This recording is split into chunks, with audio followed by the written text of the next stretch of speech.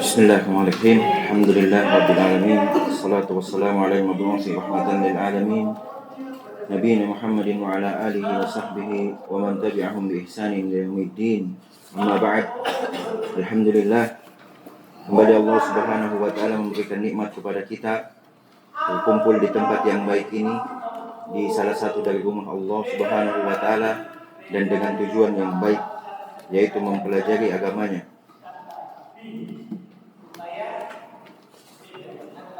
Kemarin alhamdulillah kita telah mengambil bait pertama dari Manzumah Al-Baiquniyah dan membaca penjelasannya yang dijelaskan oleh Syekh Abdul Hasan Ali bin Ahmad Ar-Razihi hafizahullah ta'ala. Manzumah ini dimulai dengan bait Abda'u bilhamdi musallian ala Muhammadin khairi nabiyyin ursila, dan telah disebutkan bahwasanya tidak dipahami dari manzumah ini bahwa tidak disebutkan basmalah, karena basmalah tertulis dalam makhtutah, dalam manuskrip tulisan tangan yang ada di maktabah-maktabah. Dan bait pertama kemarin itu masih pendahuluan. Hari ini juga insyaallah di bait kedua masih tentang pendahuluan. Saya baca. Nah, kembali. Bismillahirrahmanirrahim. Assalamualaikum warahmatullahi wabarakatuh. Syekh Abdul Hasan Ali bin Ahmad Ar-Razihi rahimahullah ta'ala. Qasam al-hadith wa dhi min qasam al-hadith 'iddah wa kullu wahidin ata wa hadda. Qawluhu wa dhi ismu isyaratin wa dhi as-sukun fi mahalli nasbin mubtada khabaruhu iddah. Berkata Syekh hafizahullah ta'ala, aqsamul hadis, yaitu pembagian hadis. Berkata An-Nazim rahimahullah ta'ala, wa di min aqsamil hadis iddah wa kullu wahidin ata wa haddah. Dan inilah diantara pembagian hadis iddah, ada beberapa. Wa kullu wahidin, dan setiap dari pembagian hadis itu ata wa haddah, akan didatangkan dan akan disebutkan takrif, definisinya. Berkata Syekh hafizahullah, qauluhu wadi, dalam syair wadi adalah isim isyarah. Dia mabni di atas sukun fi mahalli raf'in mubtada, khabaruhu iddah, dan khabarnya adalah iddah. Jadi dia adalah mubtada dan khabarnya adalah iddah. Jadi mungkin bisa diartikan wadi iddah min aksamil hadis, dan inilah beberapa di antara pembagian hadis. Mungkin begitu. Dan begitulah syair, kadang ada dikedepankan, kadang ada di belakangkan. Dan untuk memahami itu, bagaimana kita bisa menerjemahkan atau mampu memahaminya, ya dengan i'rab itu. Makanya di sini Syekh menyebutkan isim isyarah mabni ala sukun fi mahalli raf'in mubtada, dan khabarnya adalah iddah. Nah, ثم قال من لتبعيد وذلك أن الناظم لم يستوفي جميع أقسام الحديث وإنما ذكر منها عدة معدودة إلى 32 نوعا خصها بنظمه هذا، وعبر الناظم بالأقسام وأورد أنواع الحديث لا الأقسام الجمالية له، وهي الصحيح والحسن والضعيف، وجميع أنواع علوم الحديث تعود إلى هذه الثلاثة. baik.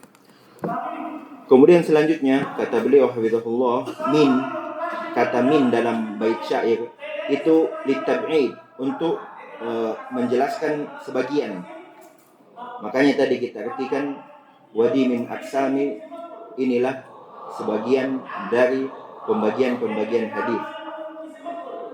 Wadhalika anna an-nazim, hal demikian, kenapa litab'id? yang hal itu karena An-Nazim yani Al-Baikuni tidak menyebutkan seluruh aqsam al-hadis, tidak menyebutkan semua pembagian-pembagian hadis. Wa innama dzakara minha iddah dan tiada lain beliau hanya menyebutkan di antaranya iddah beberapa ma'dudah yang berbilang ila itsnaini wa thalathin naw'an hingga 32 jenis yang beliau khususkan dalam nazumnya ini, dalam syairnya ini. Dan Akbarun Nazim, beliau penyair, beliau menyatakan bil aqsam, yani min aqsam, beliau menyatakan dengan aqsam, dan yang diinginkan adalah anwa' al-hadis, yang diinginkan adalah jenis-jenis hadis, bukan pembagian-pembagian hadis secara menyeluruh, tidak menyebutkan semuanya. Wahia as-sahih wal hasan wal dhaif. Dan semua jenis-jenis ilmu hadis kembali kepada tiga ini. Maksudnya begini, kadang ada disebutkan hadis mauquf, marfu, mausul, maqtu', munqati dan lain sebagainya. Insyaallah nanti akan didapati. Nah, dari hadis mauquf ini, dari hadis yang mauquf ini, dia bisa masuk dalam hadis sahih, dia mungkin bisa jadi hadis yang hasan, dia mungkin jadi hadis yang dhaif, dan demikian jenis-jenis hadis yang lain. Kembali kepada tiga ini, sahih, hasan, dan dhaif. Nah, ثم قال وكل واحد من هذه الأنواع أتى أي أورد ذكر اسمه الخاص به بالنظم وأي مع حد أي رسمه وتعريفه حتى يميزه عن غيره من الأقسام. Kemudian berkata hafizahullah, qal, yani penyair, wa kullu wahid min hadhihi al-anwa', yani wa kullu wahidin, setiap dari jenis-jenis ini, ata, apa maknanya ata? Waroda dzikrusmihi al-khas bihi fin nazm, bahwasanya akan datang penyebutan nama-namanya yang khusus dengannya dalam nazm. Nanti akan diketahui, nanti akan dilihat ketika kita telah masuk pada pembahasan intinya. Waw dalam syair maknanya ma'a, jadi wahadda ma'a, yaitu sebagaimana kita terjemahkan tadi, wa kullu wahidin ata, dan setiap salah satu dari pembagian-pembagian itu akan didatangkan bersamaan dengan hadda, bersamaan dengan menyebutkan ta'rifnya, penjelasannya atau definisinya. Apa itu hadda? Beliau menyebutkan rasmuhu wa ta'rifuhu, yakni gambaran dan definisinya, hingga kita dapat membedakan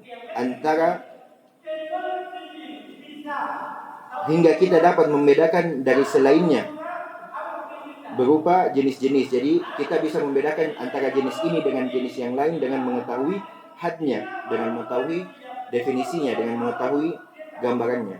Nah, ثم قال والحد في اللغة هو المنع وفي الاصطلاح ما يمنع الشيء المحظور من الخروج عما حد به ويمنع غيره من الدخول فيه. Apa itu al-had? Wal-had fil lughah, al-had dalam bahasa dia adalah al-mana', penghalang, sesuatu yang menghalangi atau pembatas. Dan secara istilah, ma yamna'u syai' al-mahdud min al-khuruji amma hudda bihi, apa yang menghalangi sesuatu yang dibatasi itu dari keluar dari apa yang dibatasi dengannya. Wa yamna'u ghayruhu min ad-dukhuli fi, dan menghalangi selain darinya untuk masuk padanya. Ringkasnya begini, al-had secara istilah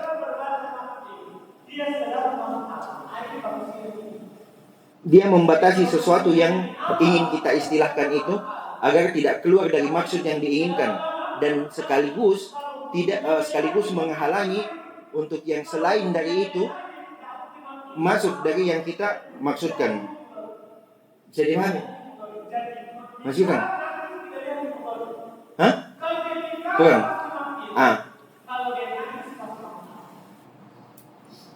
Coba kita takbir dengan begini. Sebuah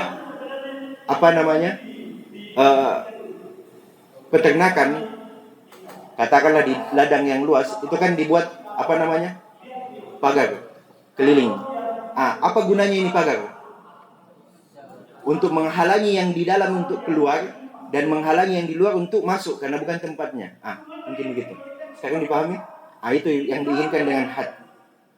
Itu yang diinginkan dengan had. Nah.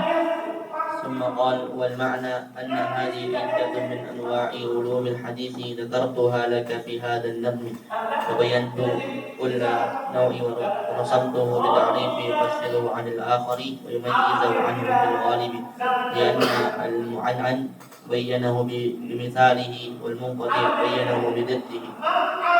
Baik. Yang tadi itu pendekatan pemahaman ya, untuk menjelaskan apa itu had secara istilah. Jangan nanti dibilang had itu kandang hewan. Enggak. Itu untuk mendekatkan pemahaman saja, bagaimana kita bisa untuk mudah memahami. Mungkin nanti di usul fikih ada juga disebutkan insyaallah.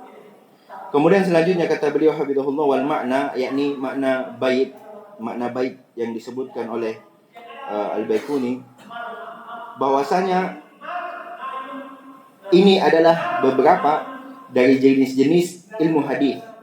Ya kan? Di sini kan wadi iddah, anna hadhihi iddatun, bahwasanya ini adalah beberapa min, di antara atau sebagian dari jenis-jenis ilmu hadis. Dzakartuha lak fi hadan nazm, yang aku menyebutkannya untuk kalian, untukmu dalam bait-bait syair ini.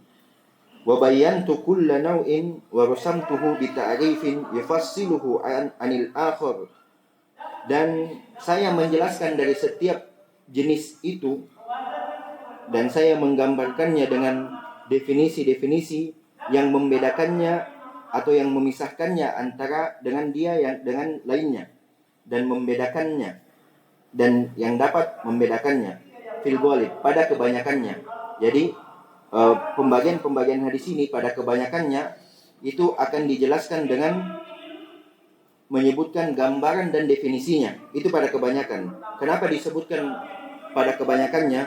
Kata beliau, li'annal mu'an'an, karena hadis mu'an'an nanti akan datang, bayyanahu bimithalih, beliau jelaskan dengan contoh, bukan dengan menyebutkan definisinya apa itu mu'an'an, tapi beliau jelaskan dengan contoh. Wal munqati, dan hadis munqati bayyanahu bididdihi, beliau jelaskan dengan lawannya, bukan dengan gambaran dan definisinya. Nah.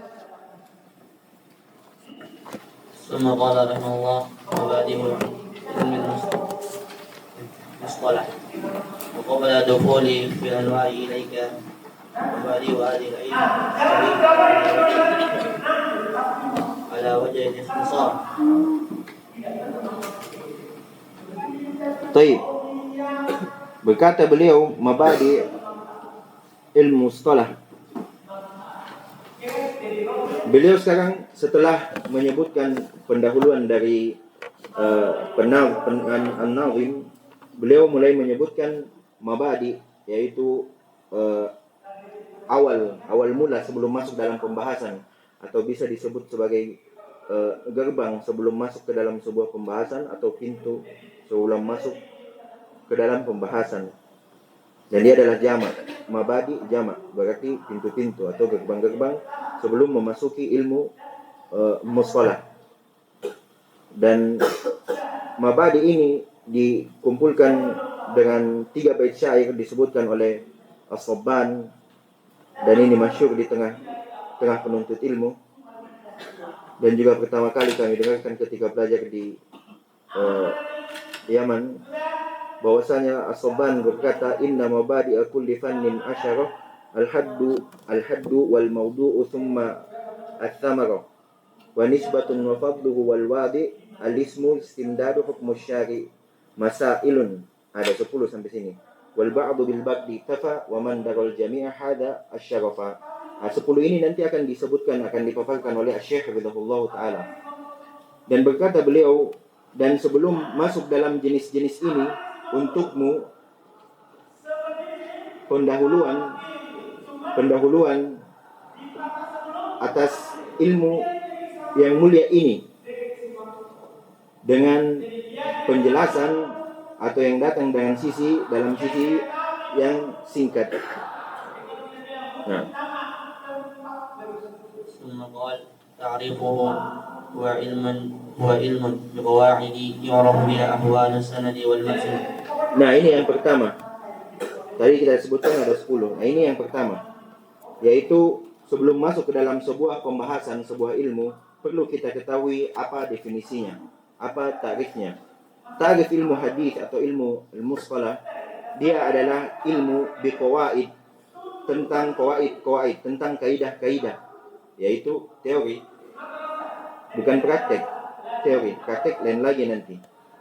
Yu'rafu biha, yang dikenal dengannya, ahwal as-sanad wal matan, keadaan sanad atau matan. Sanad adalah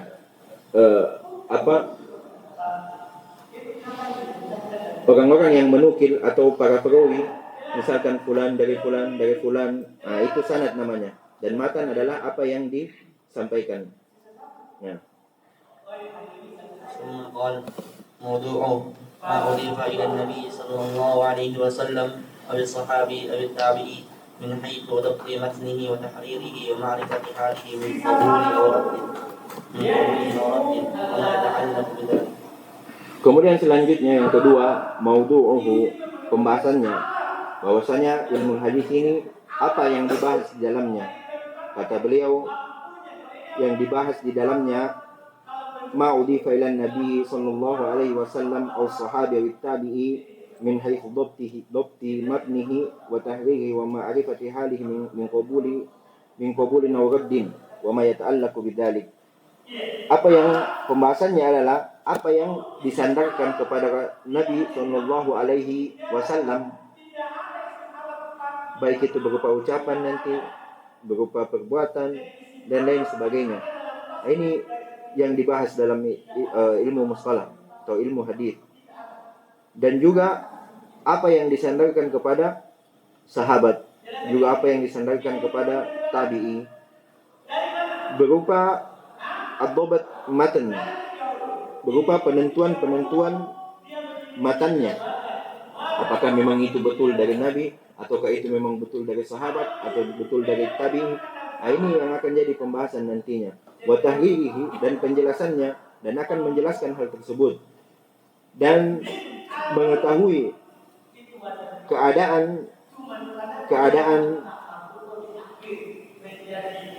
apa yang disandarkan itu. Apakah ia bisa diterima ataukah ia tertolak. Wa ma yata'allaqu bidzalik, dan apa-apa yang berhubungan atau berkaitan dengan hal tersebut. ثم قال ثمرته معرفة المقبول فيؤمل به ويتخذ دينه ويعرف المرفوض ويبين ويترك فيه يعرف الدين وترد البدع والخرافات ويكفي عالمه ويبعده عن التقليد والخط بحيث يكون سديد القول والفهم إن شاء الله. Selanjutnya yang ketiga adalah samaratuhu, buahnya atau hasil yang didapatkan ketika mempelajari ilmu hadis ini. Tentu kita akan lebih semangat untuk mendapatkan sesuatu ketika kita tahu apa yang akan diketahui darinya, apa yang akan didapatkan darinya. Kata beliau, samaratuhu, hasilnya atau buahnya, kita dapat mengetahui hadis-hadis yang datang yang makbul, yang bisa diterima, yang dengannya kita mengamalkannya dan juga kita menjadikannya sebagai sebuah agama. Sehingga dengan itu kita kokoh, kita kuat dalam beragama, tidak bimbang dalam beragama. Karena kita tahu pokok yang kita pakai dalam beragama, yang kita pakai dalam beramal adalah sesuatu yang dapat diterima. Maka dari itu kita perlu perlu memperhatikan dari mana kita mengambil agama ini. Sebagaimana ucapan yang masyhur dari Muhammad bin Sirin rahimahullah, bahwasanya beliau berkata, inna hadzal ilma din fanzuru amman ta'khuduna dinakum. Sesungguhnya ilmu ini adalah agama, maka perhatikanlah, telitilah, lihatlah dengan baik kepada siapa kalian mengambil agama kalian. Dan juga kata beliau, dapat dikenali al-mardud, yang tertolak. Tadi dapat dikenali yang makbul, yang diterima, sehingga kita beramal dan menjadikannya sebagai pokok dalam agama. Kemudian selain itu kita juga dapat mengetahui yang tertolak, sehingga dengannya kita bisa menjelaskannya dan meninggalkannya. Terus di situ apa? Fihi. Ya, salah. Bihi. Kelebihan titiknya. Fabihi. Maka dengannya yu'rafuddin, bukan fihi. Jadi itu diganti, saya cetak. Fabihi yu'rafuddin, maka dengannya diketahui agama. Diketahui agama yang benar. Wa turaddu, dan menolak bid'ah dan al-khurafat, dongeng-dongeng, omong kosong, takhayyul, khayalan. Wa yakwi alimuhu wa yub'iduhu anit taqlidi wal khabat, dan semakin menguatkan alimuhu, orang yang mengetahui ilmu tersebut, dan menjauhkannya dari taklid, dari ikut-ikutan, wal khabat. Khabat ini lebih asyad, lebih rendah daripada at-taklid. Karena al-khabat ini, kalau at-taklid itu kita hanya sekedar ikut-ikutan, mungkin tidak diarahkan. Tapi al-khabat ini kita kayak jalan tanpa arah, di mana orang mengarahkan kita, di situ kita ikut. Ya, seakan-akan kita tidak punya akal. Itu al-khabat. Dan ini buahnya dalam mempelajari ilmu hadis, kita akan jauh dari hal itu. Kita akan jauh dari taklid dan khabat. Bihaitsu yakunu sadid al-qaul wal fahm. Dari sisi kita akan lurus ucapan dan pemahaman. Karena tentu saja kita tidak akan berbicara kecuali dengan hadis yang sahih. Kalaupun kita berbicara dengan hadis yang dhaif, maka kita pasti akan sampaikan bahwa ini dhaif. Nah, bagaimana diketahui sahih dan dhaifnya sebuah hadis? Ya, dengan mempelajari ilmu hadis ini. Dan juga akan sadid al-fahm, akan lurus pemahamannya insyaallah taala. Nah,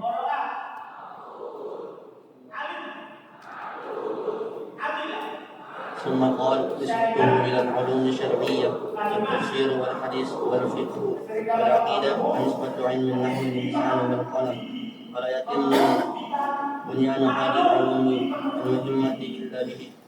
والمفسر والمحدث والفقيه وغيرهم يحتاج إلى معرفة ثابت من النبي صلى الله عليه وسلم وغير ثابت، ولا يتم له ذلك إلا بمعرفة قواعد هذا العلم الشريف. Baik, yang keempat adalah nisbahnya, penyandarannya.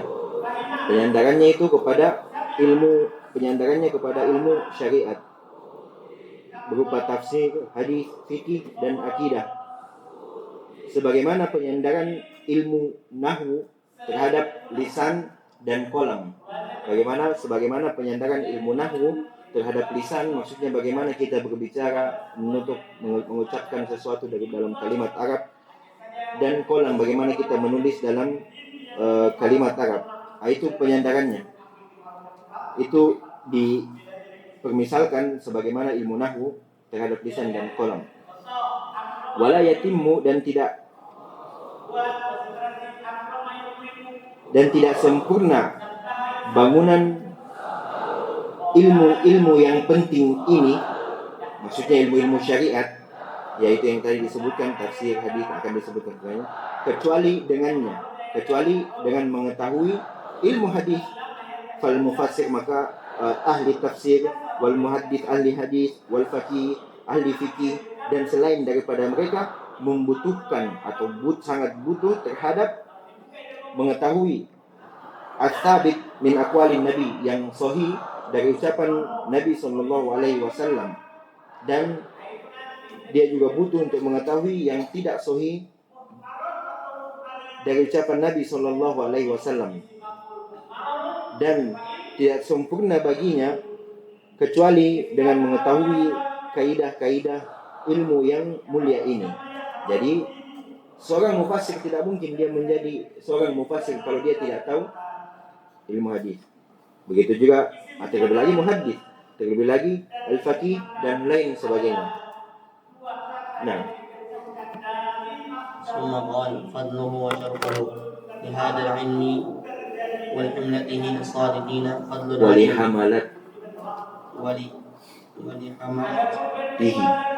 ولحملته الصادقين فضل عظيم، لأن شرف العلم بشرف المعلوم، ومعلوم أن هذا العلم مشتمل على معرفة السنة النبوية ومعرفة المقبول منها من المردود، مع ما في ذلك من بيان حال صاحبها صلى الله عليه وسلم وما كان عليه. Kemudian selanjutnya yang kelima, kata beliau, keutamaan dan kemuliaan mempelajari ilmu hadis ini. Oleh karena ilmu ini dan orang-orang yang mengemban ilmu ini yang jujur, dia memiliki fadlun azim, keutamaan yang sangat besar. Kenapa? Lianna syarafal ilm bi syarafil ma'lum, sebagaimana yang kita sebutkan di pendahuluan kemarin. Karena sanya kemuliaan atau keutamaan sebuah ilmu itu sesuai atau mengikut dengan al-ma'lum, apa yang dipelajari. Wa ma'lum, dan diketahui bahwasanya ilmu ini tercakup padanya mengetahui sunnah Nabi Sallallahu Alaihi Wasallam, dan sunnah Nabi Sallallahu Alaihi Wasallam adalah suatu kemuliaan. Berarti ilmu tentang sunnah adalah juga merupakan kemuliaan, dan mengenali apa yang dapat diterima darinya dari sunnah Nabi Sallallahu Alaihi Wasallam dan apa yang tertolak. Dan juga bersamaan dengan itu kita dapat mengetahui atau menjelaskan keadaan sahibuha, pemilik hadis Sallallahu Alaihi Wasallam, wa makana alaihi, dan apa yang berada di atasnya. Wa kullu hadis, ini belum dibaca. ثم قال وكل حديث ولد في الفضل العلم فهذا العلم الشريف يدخل فيه. ومن ذلك عن زيد بن ثابت رضي الله عنه قال قال رسول الله عليه وسلم أنذر الله امرأ سمع منا حديثا فحفظه حتى يبلغه كما سمع، ورب عامل فقه غير فقيه، ورب عامل فقه لمن هو أفقه منه. Selanjutnya kata beliau, dan setiap hadis yang datang yang menyebutkan tentang keutamaan ilmu, maka ilmu yang mulia ini, yaitu ilmu hadis atau ilmu mustalah, masuk di dalamnya, masuk di dalam cakupan keutamaan ilmu itu. Dan di antara hadis yang datang dalam hal tersebut adalah apa yang datang dari Zaid bin Thabit radhiyallahu anhu, bahwasanya beliau berkata, Rasulullah sallallahu alaihi wasallam bersabda, "Naddarallahu imra'an sami'a minna haditsan fahafidhahu hatta yuballighahu kama sami'ahu, farubba hamil fiqhin ghairu faqih wa rubba hamil fiqhin liman huwa afqahu min." Dan ini sebagaimana yang sudah disebutkan di awal, hanya ini datang dengan lafaz yang berbeda. Rasulullah sallallahu alaihi wasallam bersabda, ini mengucapkan mendatangkan dalil tentang keutamaan ilmu itu atau keutamaan ilmu ini. Semoga Allah Subhanahu wa taala mengindahkan atau memberi cahaya kepada orang yang mendengar minna dari kami hadis, fahafidhuhu, kemudian dia menghafalnya. Ini semakna dengan yang kemarin apa lafadznya, fawa'aha. Hanya fawa'aha lebih dalam lagi. Hatta hingga ia menyampaikannya sebagaimana ia mendengarnya. Maka terkadang orang yang membawa fikih itu, orang yang membawa ilmu itu, dia tidaklah faqih atau ia tidak mengamalkan ilmunya. Akan tetapi ia telah mendapatkan keutamaan. Mengapa? Di mana? Dari sudut apa? Dari sudut dia menyampaikan. Hatta yuballighuhu kama sami'a. Ia telah menyampaikannya sebagaimana ia yang dengarkan. Jadi di sini sekalipun mungkin ia tidak terlalu memahami atau tidak mengamalkannya, paling tidak ia telah mendapatkan keutamaan. Yang jadi masalah apabila kita mengetahui sebuah ilmu, karena kita tidak mengamalkan, maka kita tidak menyampaikan. Nah, ini salah satu syubhat juga. Ini salah satu kerancuan dalam berpikir. Ibaratnya begini, orang memiliki ilmu, kalau dia sampaikan itu dapat kalau dia tidak mengamalkan, ia hanya kehilangan satu. Kalau dia tidak menyampaikan, maka ia akan kehilangan dua.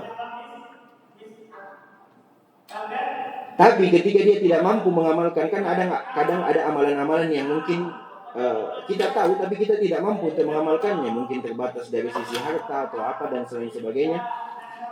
Akan tetapi bagaimana agar kita bisa mendapatkan keutamaannya, yaitu dengan menyampaikannya, sekalipun kita belum mengamalkannya. Paling tidak kita mendapatkan satu keutamaan daripada hilang keduanya. Kemudian selanjutnya kata beliau, warubba sallallahu alaihi wasallam warubba ahli fikih, dan terkadang orang yang membawa fikih itu liman huwa afqahu minhu, kepada orang yang lebih faqih, lebih paham darinya. Sebab tidak semua, misalkan ahli fikih itu sudah tahu semua hadis. Kadang ada hadis yang belum pernah ia dengar, datang seseorang yang membawa kepadanya, padahal orang yang dibawakan hadis ini atau mendengarkan hadis ini lebih faqih darinya. Baik. ثم قال رادع هذا العلم هو منذ زمن النبي صلى الله عليه وسلم، وبدأ منذ سماعه ورواية خديجة رضي الله عنها الحديث بدء الوحي، وهو أول حديث علم من السنة النبوية. طيب. Wadi hadal ilm, yang meletakkan pencetus ilmu ini, yaitu ilmu hadis atau ilmu mustalah. Ilmu ini datang atau ada sejak zaman Nabi sallallahu alaihi wasallam. Ia dimulai sejak didengarnya riwayat Khadijah radhiyallahu taala anha dalam hadis bid'il wahyi. Hadisnya ini lumayan cukup panjang. Tatkala Rasulullah sallallahu alaihi wasallam mendapatkan wahyu pertama di Gua Hira, kemudian beliau setelahnya menyampaikan atau mendatangi istri beliau Khadijah radhiyallahu anha, beliau menceritakanlah apa yang terjadi di Gua Hira tersebut.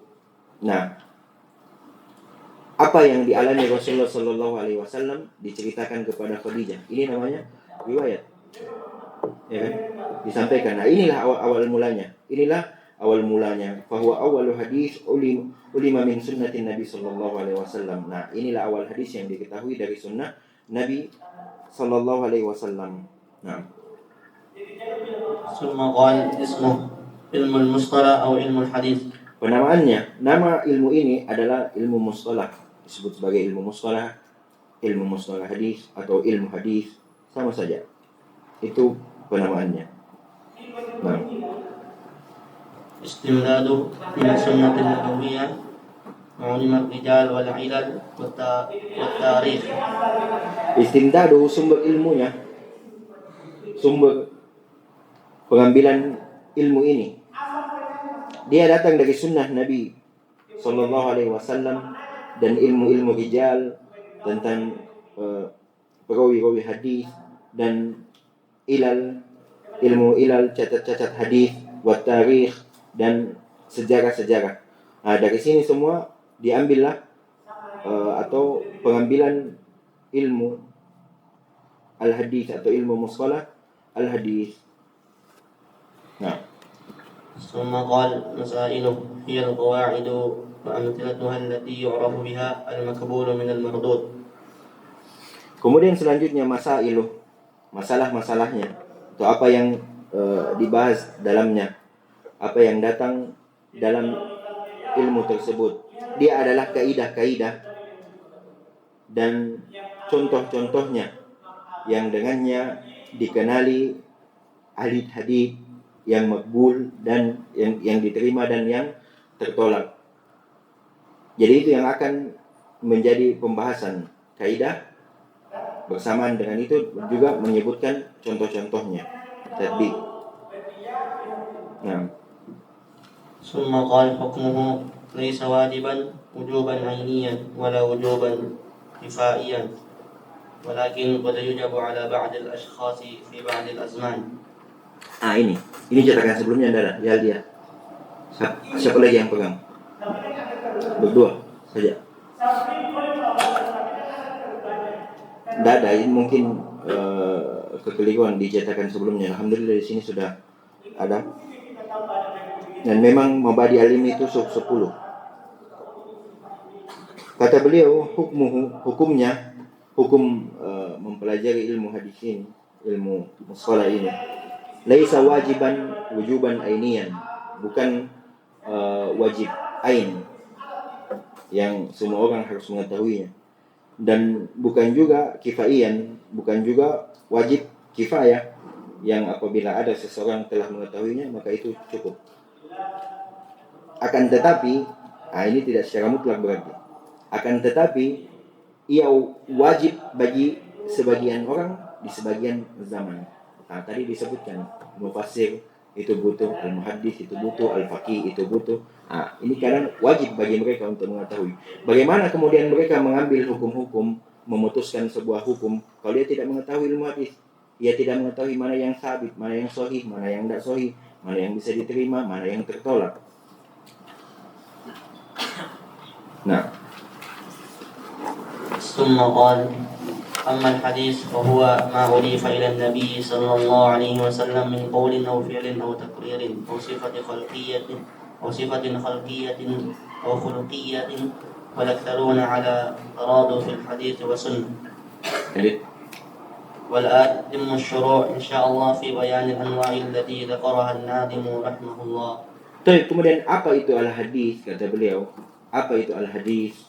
Setelah kita tadi mengetahui, menyebutkan ilmu hadis tentang hadis. Nah, sekarang beliau sebutkan hafizahullah, al-hadis dia adalah apa yang disandarkan kepada Nabi sallallahu alaihi wasallam, baik itu berupa ucapan, perbuatan, penetapan ataupun sifat khalqiyah dan khuluqiyah, fisik dan akhlak beliau. Itu definisi hadis.